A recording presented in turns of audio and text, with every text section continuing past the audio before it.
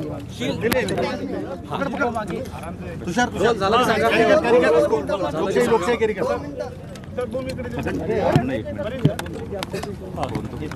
झालं ओके सांगा सर, काय सांगाल? अत्यंत महत्त्वाचा दिवस आहे. आपली खाण आपल्या स्वतःला मिळाली आहे महाराष्ट्राची. तुम्ही मोठी मेहनत केली याच्यामध्ये. चंद्रशेखर बावनकुळे यांची सुद्धा ऊर्जा मंत्री असताना मोठी मेहनत होती. आज पहिली रॅक इथे आलेली आहे. मी देशाचे प्रधानमंत्री माननीय नरेंद्र मोदीजी यांचे मनापासून आभार मानतो की त्यांनी ऐतिहासिक निर्णय घेतला आणि राज्याच्या ज्या वीज निर्मिती कंपनी आहेत त्यांना त्यांच्या मालकीची खाण देण्याचा निर्णय हा त्या काळामध्ये झाला आणि त्यातनं आपल्या महाजेनकोला छत्तीसगड राज्यामध्ये गरेपालमा ही खाण त्या ठिकाणी प्राप्त झाली. आपण त्याचा MDO केला आणि सगळे अडथळे पार करून एन्व्हायरमेंटल क्लिअरन्स, जनसुनावणी, वेगवेगळ्या प्रकारचे सगळे जे काही त्याला क्लिअरन्सेस लागतात हे सगळे करून त्याचं बॉक्स कटिंग झालं आणि आज पहिला रेक हा या ठिकाणी आलेला आहे. यात सगळ्यात महत्त्वाचं असं आहे की आता आपलं कोळशाकरताचं अवलंबित्व हे कमी होणार आहे.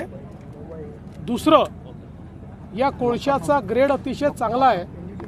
जवळपास 4300 GCVचा हा कोळसा असल्यामुळे आपल्या वीज निर्मिती कंपनीला क्वालिटी कोल मिळतो आहे. आपली वीज निर्मितीची क्षमता वाढेल आणि त्याचसोबत त्याची कॉस्ट आपली कमी होईल, एन्व्हायरमेंटवर त्याचा इम्पॅक्ट कमी होईल आणि म्हणून एक व्हॅल्यू प्रपोजिशन या माध्यमातून तयार झालेलं आहे. ज्यावेळी बावनकुळे साहेब ऊर्जा मंत्री होते, मी मुख्यमंत्री होतो, त्यावेळेस आम्ही याची सुरुवात केली. जवळपास या सगळ्या याला 6-7 वर्ष लागले, 8 वर्ष लागले. पण आज आता हा कोळसा मिळाल्यानंतर या खाणीचं आयुष्य पुढचे 77 वर्ष आहे. त्यामुळे कोळशाची कुठलीही कमतरता ही आपल्याला पडणार नाही. चांगल्या क्वालिटीचा कोळसा आपल्या स्वतःच्या खाणीतनं आता आपल्या महाजेनकोला मिळणार आहे आणि म्हणून महाजेनकोचे MD राधाकृष्णन ज्यांनी स्वतः त्या ठिकाणी जाऊन हे सगळं जे लास्ट माईलचं काम आहे हे पूर्ण केलं, त्यांचं मी अभिनंदन करतो. महाजेनकोच्या संपूर्ण टीमचं अभिनंदन करतो आणि मला विश्वास आहे की पुढच्या काळामध्ये या कोळशामुळे विजेचे भाव कमी करण्यात आम्हाला अजून यश येईल. उत्पन्न खर्चात किती कमतरता होईल आणि महत्त्वाची गोष्ट की वीज निर्मितीमध्ये किती क्षमता वाढेल? असं आहे की आपल्याला आज जो कोळसा मिळतो तो 2800, 2900, 3200 GCVचा कोळसा आहे. थेट जर 4300 GCVचा मिळाला तर आपण समजू शकता किती मोठा परिणाम याचा होणार आहे. त्यामुळे जेवढा कोळसा आपण पूर्वी वापरायचो त्यापेक्षा एक प्रकारे GCV वाढल्यामुळे तुलनात्मक मोठ्या प्रमाणात वापर कमी होणार आहे कोळशाचा. त्यामुळे आपल्याला मोठा फायदा होईल. सर, एक प्रश्न असा आहे, आपण या ठिकाणी आलो आहे, खाण आपली मिळाली आहे. कोल संदर्भात जर पाहिलं, गॅसिफिकेशनचे प्रोजेक्ट्स काही ठिकाणी लागत आहेत. महाजनवाडी असेल किंवा इतर काही ज्या खाणी आहेत ज्या सुरू होऊ शकल्या नाही. मोठ्या प्रमाणामध्ये घरं होती. आनंदवन सारखा प्रोजेक्ट आहे, तिथे पण काही ठिकाणी कोळसा आहे. असे जे साईट्स ज्या आपण सोडून दिल्या जनतेसाठी, जनतेच्या भल्यासाठी, त्या ठिकाणी कोल गॅसिफिकेशन वगैरे सारखे प्रोजेक्ट आगामी काळामध्ये येणार आहेत का? असं आहे की आता 3 महत्त्वाचे कोल गॅसिफिकेशनचे प्रोजेक्ट्स हे महाराष्ट्रामध्ये सुरू झाले आहेत. एकूण देशात 7 प्रोजेक्ट आहेत, त्यातले 3 महाराष्ट्रामध्ये आहेत. आत्ता त्याचं काम चाललेलं आहे.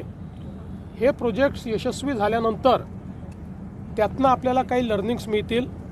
त्या लर्निंग्सच्या आधारावर इतर ठिकाणी जिथे आपल्याला कोळशाचे साठे वापरता आलेले नाहीत त्या ठिकाणी आपल्याला याच पद्धतीनं करता येईल का याची माहिती आपल्याला मिळेल आणि मग त्याचा उपयोग पुढील काळामध्ये लोड शेडिंग पासून मुक्तता. लोड शेडिंग कुठेही नाही आहे. लोड शेडिंगला पूर्ण मुक्त केलेलं आहे आणि आता तर आपण 70% शेतकऱ्यांना दिवसा पॉवर देणं देखील सुरू केलं. देवेंद्र जी, राहुल खात्याची एक गांधी ने कहा है देवेंद्र कि जी, मेरी गृह खात्याची एक बैठक झाली होती मराठा आरक्षण उपसमितीबाबत आणि त्याच्यात काही गुन्हे मागे घेण्यास स्पष्ट नकार देण्यात माहिती येते काय? अशी कुठलीही बैठक झालेली नाही, कुठलाही गुन्हा परत घेण्याकरता कुठलाही नकार दिलेला नाही.